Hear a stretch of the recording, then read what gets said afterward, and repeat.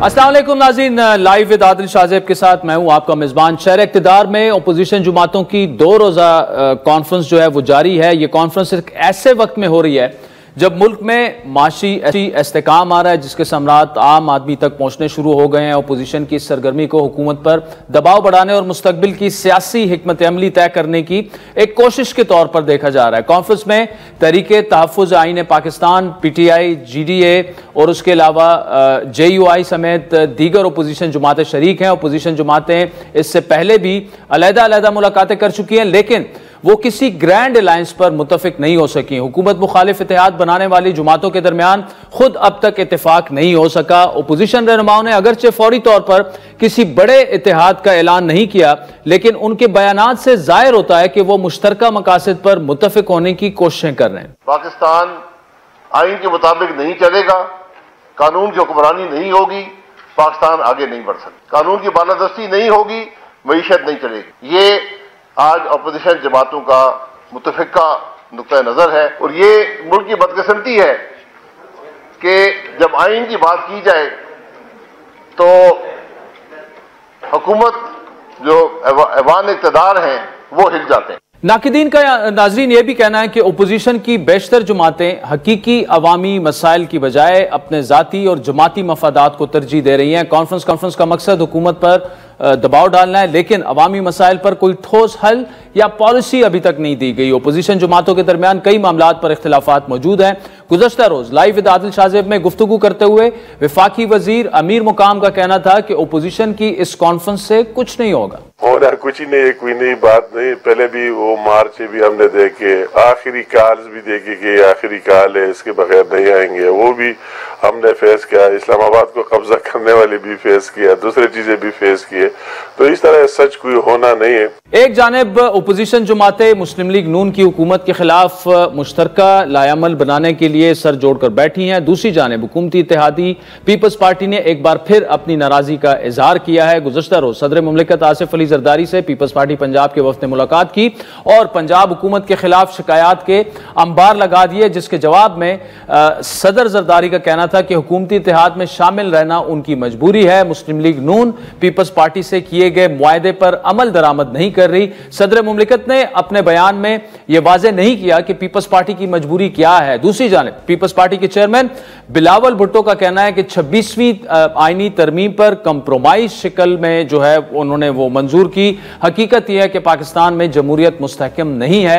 इन तमाम मामलात पर बात करने के लिए हमारे साथ मौजूद है मुस्लिम लीग नून पंजाब के सदर और वज़ीर आज़म के सियासी मुशीर जनाब राना सनाउल्लाह, जबकि प्रोग्राम के अगले हिस्से में हमें ज्वाइन करेंगे पीपल्स पार्टी के रहनुमा सैयद नवीद कमर। बहुत शुक्रिया। ग्रैंड अलायंस बनने जा रहा है अपोजिशन का। मौलाना साहब इससे पहले आपके इत्तेहादी रह चुके हैं और जितनी स्ट्रीट पावर 3.5 सालों में आप लोगों ने जितनी भी जलसे किए, जुलूस किए, धरने दिए, उसमें कलीदी किरदार मौलाना साहब का था। तो टफ टाइम एक्सपेक्ट कर रहे हैं आप? जी, इसमें कोई शक नहीं कि मौलाना एक बड़े ज़ीरक और आइन और कानून को समझने और उसके मुताबिक एक्ट करने वाले सियासतदान हैं। यकीनन वो गवर्नमेंट को टफ़ टाइम दे सकते हैं, लेकिन मैं समझता हूँ कि पाकिस्तान के लिए वो अच्छा टाइम होगा।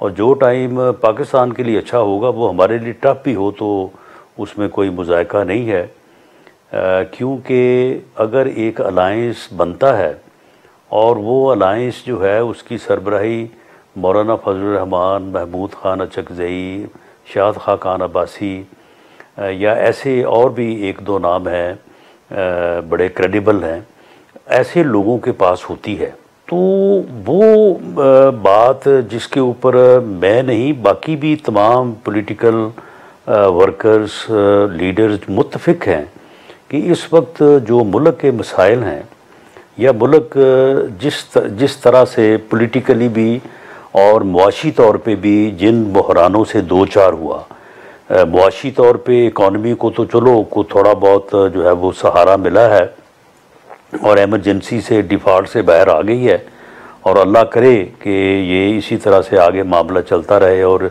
इसको इस्तेहकाम जो है वो नसीब हो। तो ये सूरत हाल जो है ये उसी वक्त जो है वो ये रिज़ॉल्व होगी कि जब तमाम सियासतदान जो हैं वो मिल बैठेंगे और इन इश्यूज़ के ऊपर एक कंसेंसस और एक मुश्तरका लाहे अमल इख्तियार करेंगे। ये वही बात है जो आज से 1 साल पहले मियाँ नवाज शरीफ ने 21 अक्टूबर को जो है वो लाहौर के मीनार पाकिस्तान में पूरी कौम और बड़ा एक नुमाइंदा और बड़ा जलसा था लाहौर में PMLN का, उसमें भी की थी। तो अगर ये अलायंस बनता है तो इससे इस सिमत या इस तरफ रास्ता निकलेगा। ये जो है ना कि कोई मुज़ाकरात नहीं, कोई डायलॉग नहीं, डेडलॉक और जनाब घिराओ और इस्लामाबाद पे चढ़ाई, सर पे कफन और जनाजे के पैगामात, ये चीज़ें जो हैं फिर वो उस अलायंस में नहीं होंगी।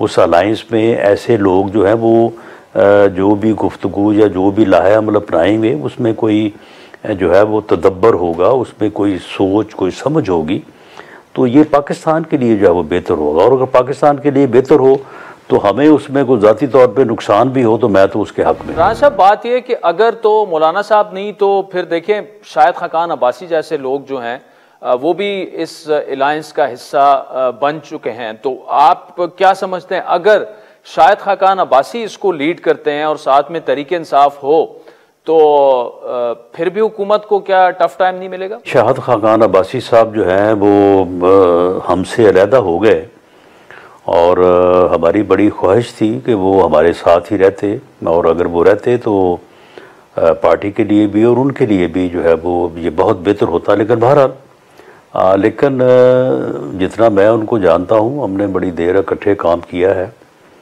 वो भी सियासी सोच के हवाले से कोई तखरीब का आदमी नहीं है, वो भी तामीर का आदमी है।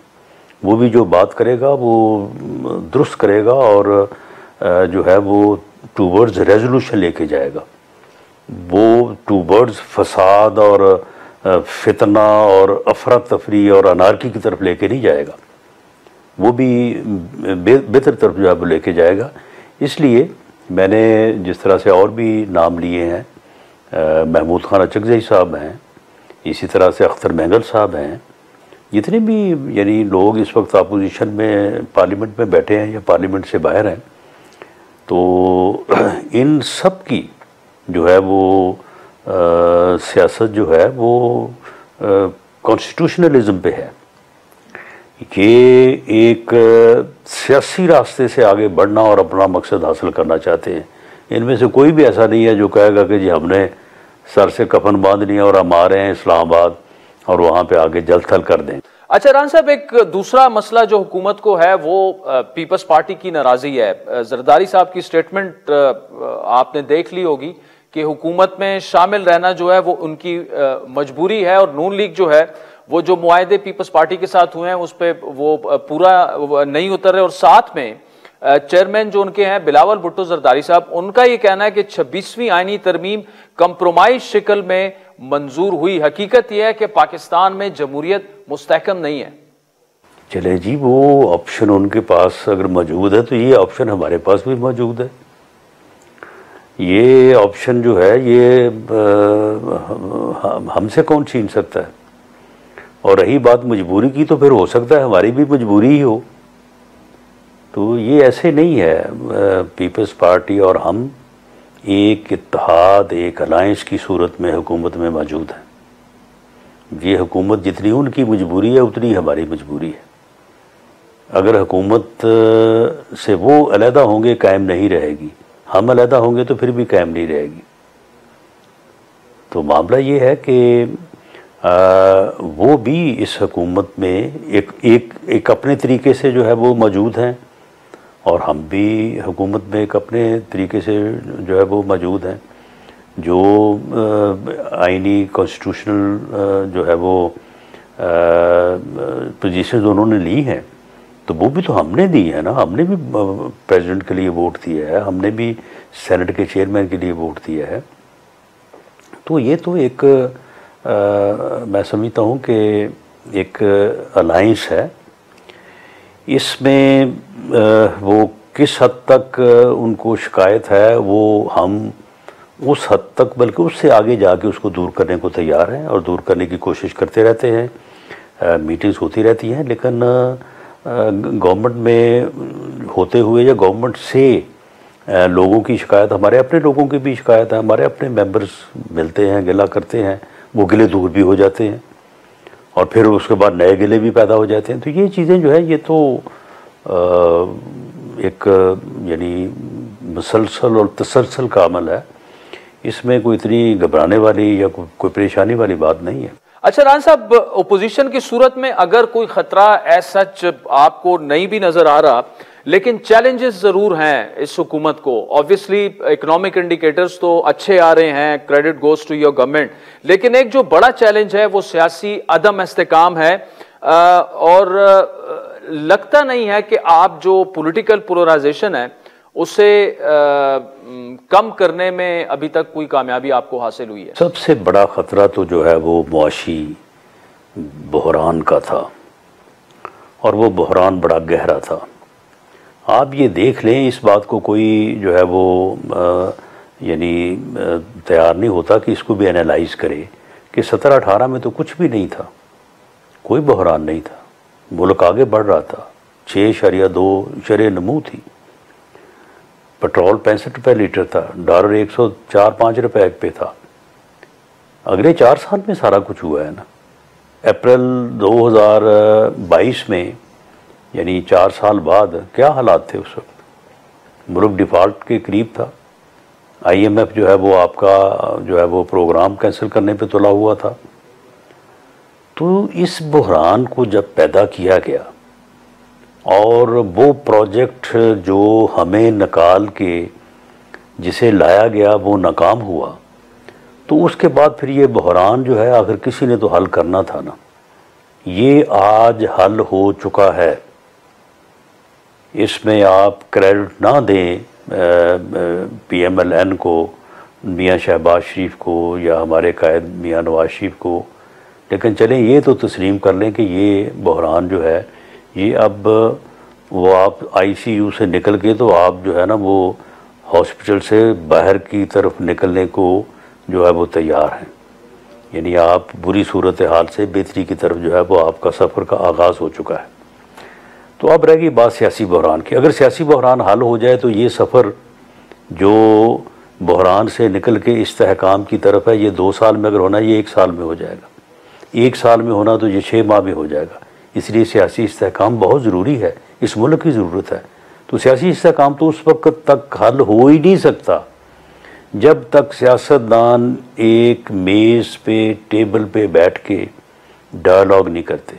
सियासी बहरान जमहूरियत जो है वो डायलॉग से आगे चलती है, डेडलॉग से नहीं चलती। ये डेडलॉग जो है वो किसने पैदा किया हुआ है? ये 2018 से लेके 22 और 14 से लेके 24 तक आप मालूम कर रहे हैं, कौन बैठने को तैयार नहीं है, कौन बात करने को तैयार नहीं है।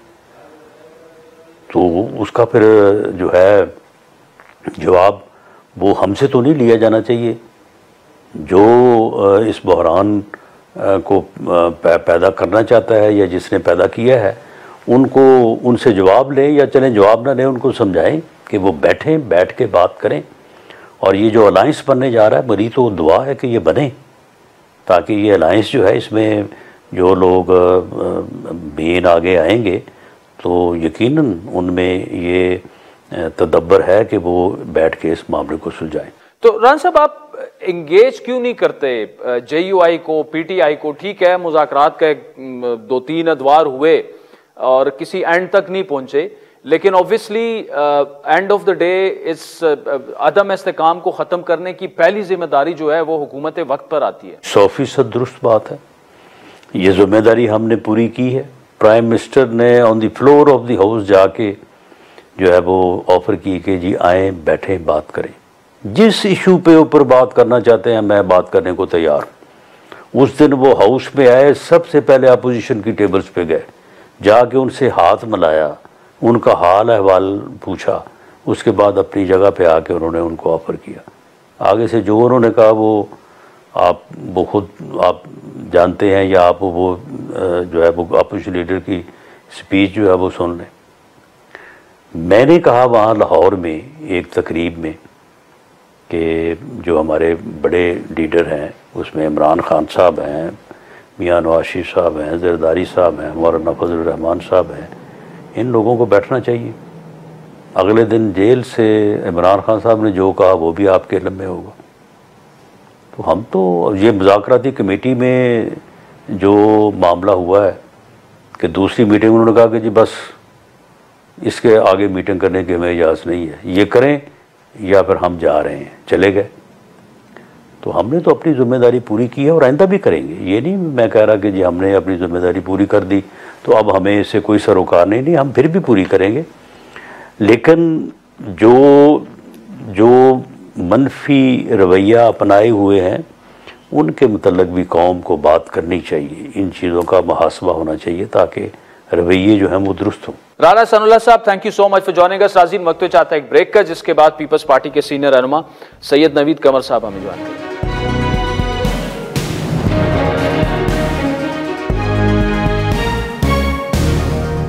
वेलकम बैक नाज़रीन। ब्रेक से पहले राणा सनाउल्लाह साहब की तफसीली गुफ्तगू आपने सुनी। इस वक्त पीपल्स पार्टी के सीनियर रहनुमा सैयद नवीद कमर साहब हमारे साथ मौजूद हैं। नवीद कमर साहब, बहुत शुक्रिया। पहले तो ये बताइएगा, जरदारी साहब की भी स्टेटमेंट आई है और चेयरमैन बिलावल की भी स्टेटमेंट आई है कि जी पीपल्स पार्टी की मजबूरी है हुकूमत में रहना, और दूसरा बिलावल साहब कह रहे हैं कि 26वीं तरमीम जो है कंप्रोमाइज शिकल में मंजूर हुई। हकीकत यह है कि पाकिस्तान में जमहूरियत मुस्तहकम नहीं है। दुरुस्त बात है कि आपकी नाराज़ी चल रही है मुस्लिम लीग नून से, लेकिन लीडरशिप की सतह पर ऐसी स्टेटमेंट्स आना, इसका मतलब यह है कि मामला जो है वो काफ़ी संजीदा हो चुका है। हमने दोनों तीनों बातें एक ही उसमें सांस में कह दी। पहली चीज तो ये कि मजबूरी एक होती है एक हद तक। मजबूरी क्या थी फ्रॉम डे वन कि जाहिर है क्या अभी ये पार्लियामेंट बनी थी, हम भी चाहते हैं और तब भी चाहते थे, अभी भी चाहते हैं कि एक स्टेबल पॉलिटिकल सिस्टम पाकिस्तान में आए, पार्लियामेंट जो है वो आगे बढ़े। ठीक है, पाकिस्तान में पहली दफा एक माइनॉरिटी गवर्नमेंट जो है मुल्क को चला रही है, लेकिन बहरसूरत उसको आगे चलाने के लिए ये कोई दुनिया के लिए कोई अजीब बात नहीं है। हम उसको बाहर से सपोर्ट करते हैं और उसको गिरने नहीं दे रहे। मतलब ये कि एक डिस्टेबलाइजेशन प्रोसेस नहीं स्टार्ट कर रहे। तो उस लिहाज से उस कॉन्टेक्स्ट में अगर देखें तो मजबूरी है, लेकिन मजबूरी का ये मतलब ये नहीं है कि हर चीज जैसे भी वो करना चाहें, जिस तरह से भी वो पॉलिसीज बनाएं, हम मनोवन सब पे हाँ कहते जाएंगे। हम पहले तो हम यही कोशिश करते आ रहे हैं कि उनके साथ डायलॉग में बैठ के और ये चीजें उनको कन्वे करें कि जी ये चीजें आपको करनी चाहिए। लेकिन अगर वो उस पॉइंट पे चला जाए जब हम वो नहीं हमें लगे कि हमारी जो है वो सुनी जा रही है उस लिहाज से, तो जाहिर है हमारे सारे ऑप्शंस ओपन हैं। सर, आपने एक जुमला इस्तेमाल किया कि गिरने नहीं दे रहे, और नाउ यू आर सेइंग कि हमारे पास ऑप्शंस ओपन हैं, तो ये फिर एक्सपेक्ट किया जा सकता है कि मुस्तकबिल में आप गिरा भी सकते हैं हुकूमत? नहीं, वो तो है ना, ये तो किसी भी सियासी पार्टी के पास हमेशा ये ऑप्शन होता है कि वो लैंडस्केप को देखते हुए अपनी फैसले जो है खुद बैठ के करे। तो अगर मुस्लिम लीग जो है उसको इन बातों को सीरियसली नहीं लेती, आपको पता है कि एक साल से हमारा डायलॉग भी चल रहा है, हमारी एग्रीमेंट थी, उस पर कुछ चीज़ों पे इम्प्लीमेंटेशन हुई, कुछ पे नहीं हुई, और हम बार बार उस चीज़ को स्ट्रेस किए जा रहे हैं। लेकिन हम चाहते हैं कि उसको सीरियसली लिया जाए ना। We don't want to take it to a point कि हम कहें कि नहीं जी अब हम आपके साथ वोट नहीं करेंगे या आपकी लेजिस्लेशन जो है वो फेल हो गई, या अल्टीमेटली अगर जून में आपका जो बजट है वो फेल हो जाएगा। तो we don't want to take things to that point. लेकिन अगर एटीट्यूड चेंज ना हुए तो we may have to do that. तो नवीद कंवर साहब, why there is no realisation the other end? आपको क्या समझ आ रही है? मतलब इसाक डार साहब की सरबराही में कमेटी बनी, आगे पीछे मामलात गए, प्राइम मिनिस्टर से मुलाकातें हुई, पूरा सारा, लेकिन उसके बावजूद जो है पीपल्स पार्टी की नाराजगी दूर करने में मुस्लिम लीग नून अभी तक नाकाम रही है। क्यों रियलाइजेशन वहां पर नहीं है? देखिए, पहली चीज के नाराजगी वर्ड जो है ना, मैं उससे नहीं अग्री करता, लेकिन कंप्लायंस तो होना चाहिए। अग्रीमेंट होता है, मेरा आपका अग्रीमेंट होता है कि जी आदिल और मैं बैठ के ये चीजें इकट्ठे करेंगे, लेकिन वो उसके 2 चीजें करने के बाद तीसरी चीज पे हम आके रुक जाएं, तो फिर ये डजंट ऑगर वेल ना फॉर द फ्यूचर। तो उसी तरह से अब क्यों नहीं रियलाइजेशन है, क्यों समझते नहीं है? मे बी सेंसिटिविटी नहीं है उस तरफ, कि ये भी हो सकता है कि we can go to the ultimate जो भी सॉल्यूशंस हैं।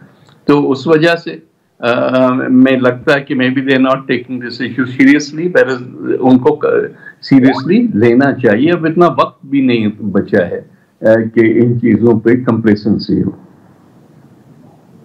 और नवीद कंवर साहब, जो जरदारी साहब जो कह रहे हैं मजबूरी है, वो तो आपने एक्सप्लेन कर दिया है, लेकिन ये भी तो हो सकता है कि शायद नून लीग ये सोच रही है कि they have taken you for granted because of मजबूरीज, वो मजबूरीज जो भी हैं।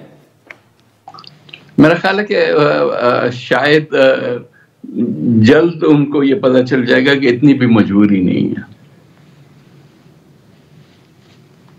अच्छा सर, दूसरा ये बताएगा कि फाइनेंसेस जो हैं, मतलब अगर डिजिट्स की बात की जाए तो ऑब्वियसली इकोनॉमी ट्रैक पर अब आ गई है, ग्रोथ आगे की तरफ जाना है, लेकिन if your Reliance fall out तो ऑब्वियसली जो ऑलरेडी एक डिस्टेबलाइज्ड पॉलिटिकल एनवायरनमेंट है वो मजीद इंस्टेबिलिटी की तरफ चला जाएगा। तो ऑब्वियसली आपकी पार्टी को ये रियलाइजेशन भी तो होगी।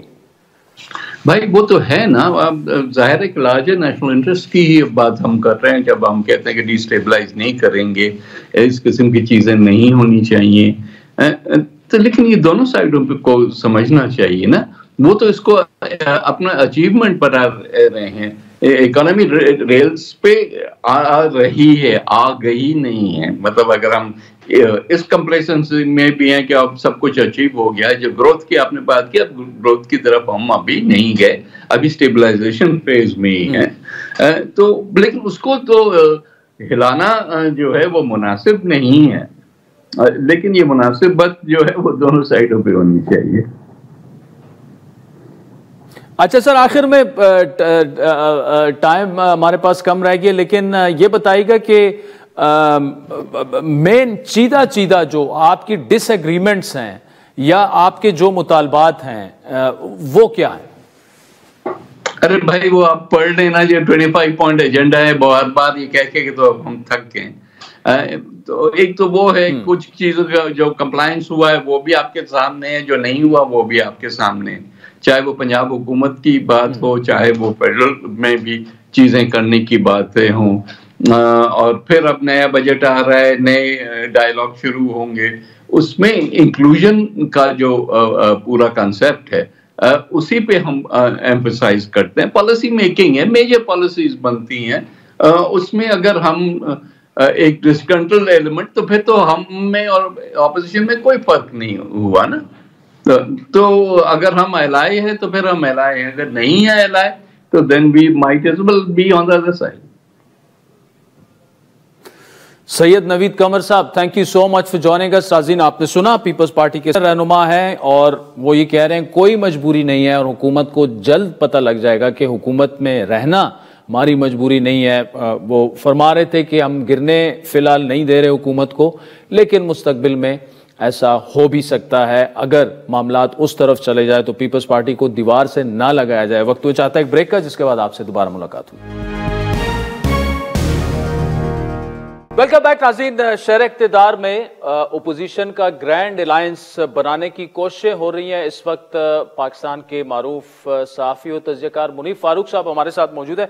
मुनीफ फारूक साहब, ये बताइएगा क्या इससे क्या निकलता नजर आ रहा है आपको? क्या ग्रैंड अलायंस पहले तो बन पाएगा, और अगर बन गया ड्राइविंग सीट पे आपको कौन बैठता नजर आ रहा है और उसका इम्पैक्ट क्या होगा? क्या हुकूमत को कोई टफ टाइम दे पाएंगे? बहुत शुक्रिया आदिल साहब। देखिए, मेरे ख्याल में ग्रैंड अलायंस उसी सूरत में उसका कोई वजन हो सकता है अगर उसमें बाकायदा तौर पर मौलाना फजल रहमान साहब उसका हिस्सा हों और मुकम्मल हिमायत दें उस ग्रैंड अलायंस को, और उसकी क़ियादत भी अगर मौलाना फजल रहमान साहब करें, क्योंकि पाकिस्तान तहरीक इंसाफ बेशक एक बहुत मजबूत जमात है, लेकिन उसका मसला यह है कि इमरान खान साहब इस वक्त पाबंद सलासिल हैं। उनकी तरफ से कोई इतना टावरिंग फिगर है नहीं जो उनकी जमात को उस तरीके से रिप्रेजेंट कर सके या अपोजिशन की एक मूवमेंट को लीड कर सके। मौलाना फजल रहमान साहब का ये स्टैचर है कि वो जिस भी अलायंस के सरबराह होंगे उसकी एक अहमियत होगी और गवर्नमेंट भी उससे एंगेज करने में शायद कीन होगी कि उनसे बातचीत की जाए या गुफ्तगू की जाए। लेकिन गुफ्तगू की हद तक तो ये मामला ठीक है, लेकिन इस अलायंस का भी कोई मुस्तकबिल इतना ताबनाक नजर नहीं आता जिससे हम ये कह सकें कि ये अलायंस इतना मजबूत होगा। अच्छा, तो लेकिन इसमें मुनीब साहब एक सवाल है, बल्कि उसको आप तजिया भी समझ लें कि अगर ये ग्रैंड अलायंस वैसे तो पाकिस्तान में जी ऐसे अलायंसेस जो हैं वो कभी कामयाब नहीं हुए हुकूमत को घर भिजवाने। आदिल साहब, जो मैं आपका सवाल समझ पाया हूं कि ये अलायंसेस, मैं शायद इससे एग्री करूंगा, इस तरह का अलायंस हुकूमत को घर तो नहीं भिजवा सकता, क्योंकि घर भिजवाने के लिए जो इस चीज में, जो इस पूरे मामले में जो एक फोर्स दरकार है वो इस अलायंस के पास नहीं है, और ना ही इस अलायंस के पास वो ताकत है जिसकी बेसिस पर हुकूमत को कमजोर किया जा सकता है। ये हुकूमत इस वक्त हर गुजरते दिन के साथ सिर्फ लफाजी के अंदर नहीं बल्कि नजर आ रहा है कि हुकूमत मजीद मजबूत हो रही है। ये निजाम बहुत ज्यादा मजबूत हो चुका है और इस निजाम ने अपने आप को प्रोटेक्ट करने के लिए बहुत सी तब्दीलियां की हैं, बहुत कुछ किया है और बहुत सारी कॉन्ट्रीब्यूशंस आई हैं उसके अंदर। लिहाजा मुझे तो नहीं लगता कि कुछ इतना बड़ा हो सकता है जो कि इस हुकूमत को घर भेज दे, या ये मूवमेंट कोई इतनी बड़ी मूवमेंट बन सकती है जो हुकूमत को मुश्किल में डाल सके।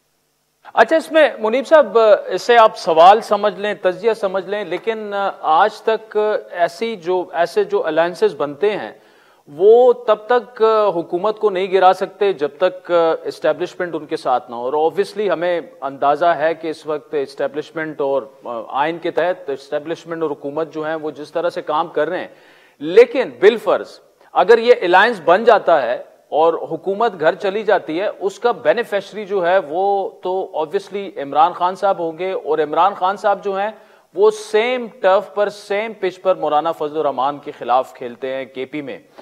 तो मौलाना साहब कितना हाईली लाइकली है कि वो उसको ऐसे लीड करेंगे कि गवर्नमेंट को घर भिजवा दिया जाए? देखिए, मौलाना साहब का जो जहां मैंने ये कहा कि उनकी वजह से अलायंस मजबूत होगा, वहां उनका एक फंडामेंटल प्रॉब्लम भी है जो मेरे ख्याल में आपको भी पता है और मुझे भी पता है।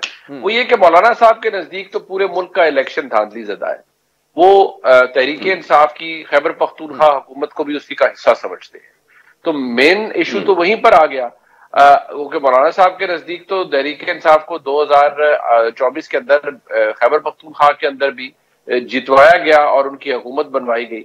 ये किस स्कीम के तहत था, क्या हुआ, उस पर मौलाना साहब कई दफा डिलिबरेट कर चुके हैं।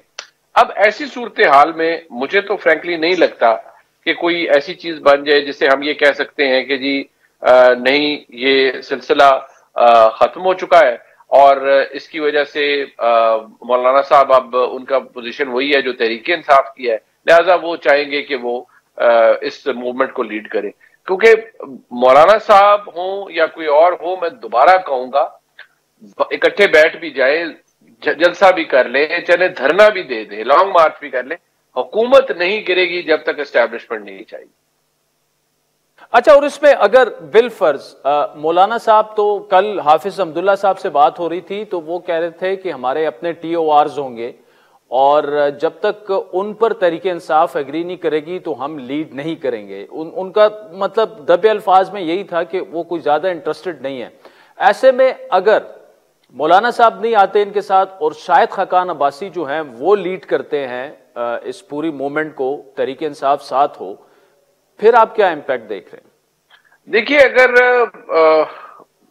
शाहिद खाकान अब्बासी साहब लीड भी करते हैं तो बहुत बहुत एहतराम के साथ शाहिद खाकान अब्बासी साहब एक काबिल एहतराम शख्सियत है, लेकिन उनका स्टेचर कोई ऐसा तो नहीं है। एक साबिक वज़ीर आज़म है और वो PMLN के मरहूने मिन्नत साबिक वज़ीर आज़म थे, बावकार शख्सियत है, साफ सुथरी शख्सियत है, बहुत उसका एहतराम अपनी जगह। लेकिन एक सियासी स्टैंडिंग भी होती है, सियासी स्टैंडिंग तो उनकी नहीं है PMLN के बगैर। अभी तक तो उन्होंने साबित नहीं की कि वो PMLN के बगैर भी सियासी तौर पर बहुत मजबूत है, या उनके पास कोई ग्रुप ऑफ पीपल है जो उनके साथ इतने MNAs या इतने MPs उनके साथ शामिल है। फिलहाल तो ऐसा कुछ भी नहीं है। तो मौलाना, तो अगर शाहिद खाकान अब्बासी साहब इस मामले को लीड भी करते हैं तो बसद एहतराम वो भी मैं समझता हूं नेक्स्ट टू नथिंग ही होगा फॉर जिसे कहते हैं प्रमोशन के लिए या ओवरऑल के लिए कि शाहिद खाकान अब्बासी साहब एक साबिक एक वज़ीर आज़म है, उनकी एक अहमियत है, ठीक है, वो एक अपनी जगह बात हो सकती है, लेकिन बारिंग दैट इम्पैक्टफुल चीज नहीं बनेगी। मैं नहीं समझता कि शायद खाकान अब्बासी साहब अगर अलायंस को लीड भी करें तो इतनी सब कुछ होगा कि वो सबको मजबूर कर दें कि एस्टेब्लिशमेंट भी उनसे बात करे या सब कुछ करे। हाँ, गवर्नमेंट शायद किसी स्टेज पे करे और शायद थोड़ी सी अनकंफर्टेबल भी हो खुद खाकान अब्बासी साहब भी या गवर्नमेंट भी, कि उनसे आपस में बात करनी पड़ रही है, आपस में once they were all colleagues. लेकिन मैं दोबारा कहूंगा कि अगर अब्बासी साहब भी बन जाते हैं तो हुकूमत तो नहीं गिरेगी। और ऐसे में मुनीफ फारूक साहब, पीपल्स पार्टी का किरदार आप क्या देख रहे हैं? क्योंकि खामोशी है, वो नाराज भी हैं हुकूमत से और लेकिन हुकूमत को वो गिरने भी नहीं देंगे। लेकिन आपको क्या ये हुकूमत इसी तरह स्टेबल चलते नजर आ रही है या आगे जाकर, क्योंकि कलीदी किरदार अगर हुकूमत किसी ने गिरानी है, कोई जमात गिरा सकती है तो वो पाकिस्तान पीपल्स पार्टी है। देखिए, ये हुकूमत जिस तरह से बनी है आदिल साजिद साहब, मैं एक इस्तेलाह इस्तेमाल करता हूँ, इस हुकूमत के या इस निज़ाम के कुछ सिग्नेटरीज हैं।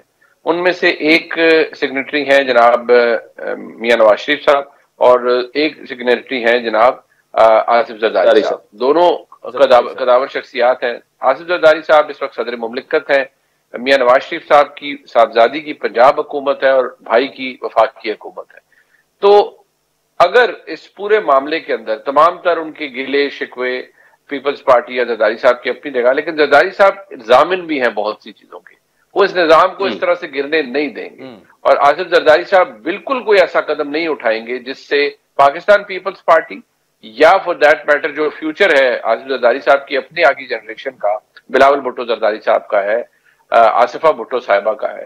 नेचुरली जरदारी साहब चाहते हैं कि वो मुल्क के वज़ीर आज़म बने, तो वो कभी नहीं चाहेंगे कि वो एस्टेब्लिशमेंट से उनकी फॉलिंग आउट हो इस तरीके की कि कोई उनके जो फ्यूचर प्रोस्पेक्ट्स हैं वो जेपरडाइज हो। मुनीफ फारूक साहब, thank you much for joining us. नाज़रीन, वक्त तो चाहता है एक ब्रेक का, उसके बाद आपसे दोबारा मुलाकात। वेलकम बैक नाज़रीन। तहरीक इंसाफ की पुख्तूनख्वा हुकूमत ने अरबाब न्याज स्टेडियम तारीखी नाम चेंज करके उसे इमरान खान स्टेडियम का नाम दिया और हम गुज़श्ता 2 दिनों से काफ़ी तफसीली उस पर गुफ्तगू हो चुकी है और वहाँ पर जो सियासी जमातें हैं या अवाम हैं काफ़ी वो इस फैसले पर उनको वो मोतरज़ हैं। आज अवामी नेशनल पार्टी के मरकज़ी रहनुमा हाजी गुलाम अहमद बिलोर, जो कि साबिक वफाकी वजीर भी हैं, उन्होंने भी आज प्रेस कॉन्फ्रेंस की इस मामले पर, इस वक्त हमारे साथ मौजूद है। बिलोर साहब, thank you so joining us. अब अरबाब नाज स्टेडियम का नाम तब्दील करने पर आपको शदीद एतराज़ात हैं, इस एतराज़ की बुनियादी वजह क्या है? क्योंकि सूबाई हुकूमत का इख्तियार है, अगर वो नाम चेंज करना चाहते हैं तो कर दें। बिल्कुल उनका इख्तियार है, कोई कर सकते हैं, लेकिन हमने उनको ये कहा है कि ये अरबाब न्याज साहब ने 37-38 साल पहले बनवाया था और उसका नाम उनके मरने के बाद रखा गया था। 2 साल में उन्होंने बनाया, 2 साल वो मेयर रहे, तो मेयर बनने से 4 साल के लिए वो फिर चले गए मरकज में वजीर बन गए। 2 साल में खड़े होकर बनवाया था स्टेडियम अपना। तो अब इनके पास 12 साल से हुकूमत है, ये एक स्टेडियम नहीं बना सके अपने लिए। शर्म की बात नहीं है, इनके लिए शर्म की बात है कि इनको अपना स्टेडियम बना दे। इमरान खान का नाम, इमरान खान जो भी है, इख्तिलाफ है आपने जो है, उसका एक मकाम क्या है शायद पाकिस्तान की सियासत में, तो उसको कम से कम उसको तो जलील न करे ना। वो तो उसको उसके लिए एक नया स्टेडियम बनाए, बड़ा ऐसा शानदार बनाए जिसमें बैनुल-अक़वामी टीमें आकर खेले, और वो उसके लिए ये 12 साल में एक स्टेडियम नहीं बना सके यार, ये कोई हुकूमत है?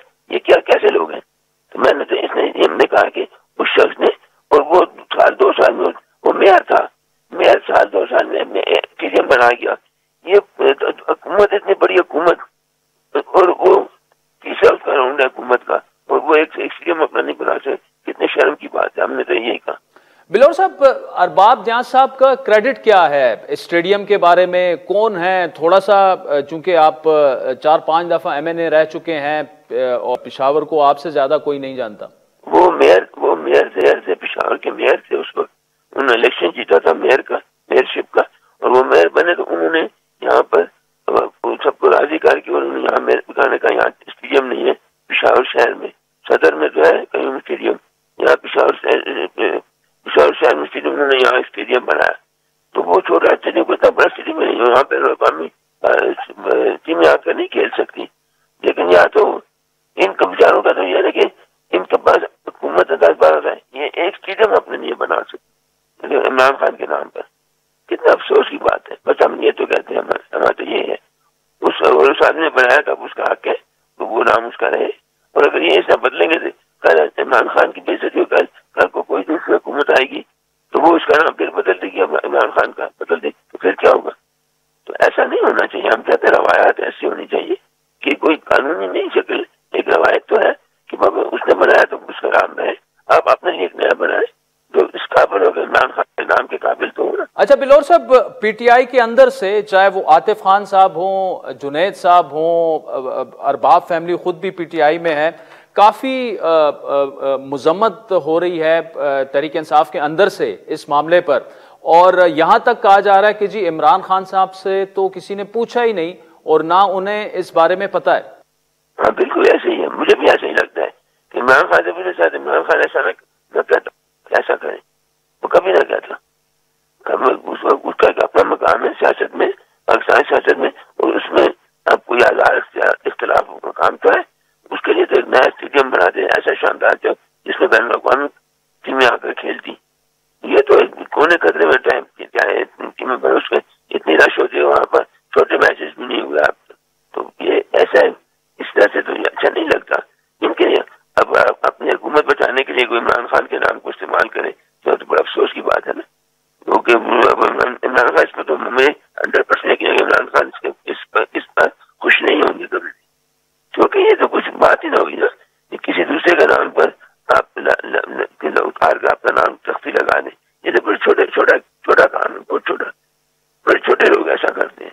हाजी गुलाम अहमद बिलोर साहब, thank you so much for joining us. नाज़रीन, प्रोग्राम आगे बढ़ते हैं, बात करेंगे वज़ीर आज़म के 2 रोज़ा दौरे उज़्बेकिस्तान की। वज़ीर आज़म शहबाज शरीफ उज़्बेकिस्तान के सदर शौकत मिर्ज़ियोयेव की खुसूसी दावत पर 2 रोज़ा दौरे पर इस वक्त उज़्बेकिस्तान में मौजूद हैं। वज़ीर आज़म के इस दौरे के दौरान पाकिस्तान और उज़्बेकिस्तान के दरमियान जो है मालूमात के तबादले, खेलों, साइंस और टेक्नोलॉजी और नौजवानों के उमूर पर मफाहमती यादाश्तों का तबादला किया गया, जिसके बाद मेज़बान सदर ने के साथ उन्होंने मुश्तरका प्रेस कॉन्फ्रेंस से खिताब करते हुए शहबाज शरीफ ने कहा कि दोनों ममालिक के दरमियान तिजारती हुजम जो है वो $2 अरब तक बढ़ाया जाएगा। इलाकाई और आलमी फोरम्स पर एक दूसरे से ताउन भी जारी है। 2 बरस पहले 2023 में उज़्बेकिस्तान के दारुल हुकूमत ताशकंद में पाकिस्तान उज़्बेकिस्तान बैनुल हुकूमती जो कमीशन बराए तिजारत है, मईशत और साइंटिफिक टेक्निकल ताउन IGC का 8वां इजलास हुआ था और दोनों ममालिक ने 2 तरफा तिजारत में इजाफे के लिए $1 अरब के मुआहदों पर दस्तखत किए थे। आपको याद दिलाते चलें कि वज़ीर आज़म शहबाज शरीफ उज़्बेकिस्तान के 2 रोज़ा दौरे पर हैं। इससे पहले उन्होंने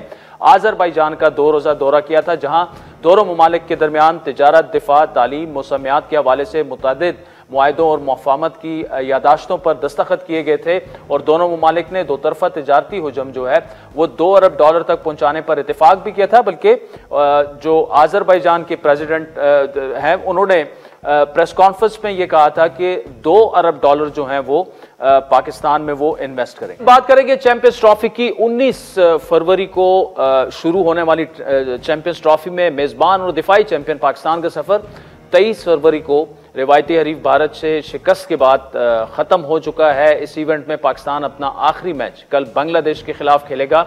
अगरचे दोनों टीमें पहले ही टूर्नामेंट से बाहर हो चुकी हैं, इसलिए इस मैच की किसी जीतने या हारने का असर इवेंट के फाइनल 4 खेलने की टीमों पर नहीं होगा।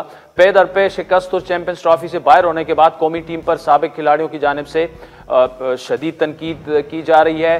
कोई मुल्क में टैलेंट ना होने और कोई टीम की सिलेक्शन पर उनको एतराज़ात हैं और जो इंटरनेशनल प्लेयर्स हैं वो भी पाकिस्तान टीम की सुस्त रफ्तारी से बैटिंग और डॉट बॉल्स खेलने पर तनकीद कर रहे हैं। रिवायती हरीफ इंडिया के खिलाफ कौमी टीम की इनिंग में तकरीबन 147 डॉट बॉल्स खेली गई, जबकि यानी तकरीबन आधे से ज्यादा ओवर्स जो हैं वो डॉट बॉल्स थे, जबकि न्यूजीलैंड के खिलाफ इफ्तिताई मैच में पाकिस्तानी टीम ने 47 ओवर्स में 161 डॉट बॉल्स खेली। दोनों मैचेस में कौमी टीम 50 ओवर्स भी मुकम्मल नहीं कर सकी बैटिंग में। टीम पर होने वाली तनकीद के बाद बिला आखिर आज कौमी टीम के जो उबूरी हेड हैं आकिब जावेद, उन्होंने आज प्रेस कॉन्फ्रेंस की। उन्होंने खिलाड़ियों की जानिब से कारकर्दगी ना दिखाने का एतराफ़ किया, लेकिन खिलाड़ियों के टैलेंट का दिफा भी किया। एक तरफ आकिब जावेद ने साफियों से पूछा कि क्या पाकिस्तान में बाबर आजम का कोई मुतबादिल है, तो वहीं उन्होंने टीम को नातजुर्बाकार भी करार दिया। In this Indian team was the most experienced. They have like all together almost 1500 games together, and the Pakistan is on the bottom, less than around 400 games. Babar के अलावा आपके पास कौन सी ऐसी ऑप्शंस हैं कि हमें हमेशा बात ये करते हैं कि टीम हार गई, टीम को चेंज कर दे। ये the most inexperience team already है। द मोस्ट इनएक्सपीरियंस टीम, जिस कोच ने लाहौर कलंदर को PSL का चैंपियन बनवाया, वो ना तजुर्बाकारी की बात कर रहे हैं। लेकिन चंद नए खिलाड़ियों के अलावा टीम में सीनियर खिलाड़ी भी मौजूद हैं। पाकिस्तान के लिए अनगिनत मैचेस खेलने और जीत में अहम किरदार अदा करने वाले बाबर आजम फॉर्म में ना सही, लेकिन दुनिया क्रिकेट के अजीम प्लेयर्स में जो है उन्हें इंटरनेशनल प्लेयर्स जो है उन्हें पाकिस्तान का जबरदस्त बल्लेबाज करार दे चुके हैं। ICC की रैंकिंग में 4 साल तक नंबर 1 बैटर रहने वाले Babar Azam out of form हो गए तो उन्हें सपोर्ट देने की बजाय राइट ऑफ करने की बातें शुरू हो चुकी हैं। मोहम्मद रिजवान की परफॉर्मेंस की बात करें, चाहे वो बैटिंग हो या कीपिंग हो, गुज़श्ता कई बरसों से वो ऐसी रही कि वो वाहिद मैच विनिंग खिलाड़ी रहे। टीम सिलेक्शन आकिब जावेद साहब ने की, जब उन्होंने सिलेक्शन कर दी उस वक्त से सवालात उठने शुरू हुए, लेकिन उनकी कान पर जूं तक ना रेंगी। ना तजुर्बाकारी की बात दुरुस्त है, लेकिन कोचिंग और सिलेक्शन की हद तक। तो नाज़रीन, आज के प्रोग्राम पर फीडबैक जरूर दीजिएगा। हमारा ट्विटर हैंडल है @आज़िब। इजाजत दीजिए, खुदा हाफिज़।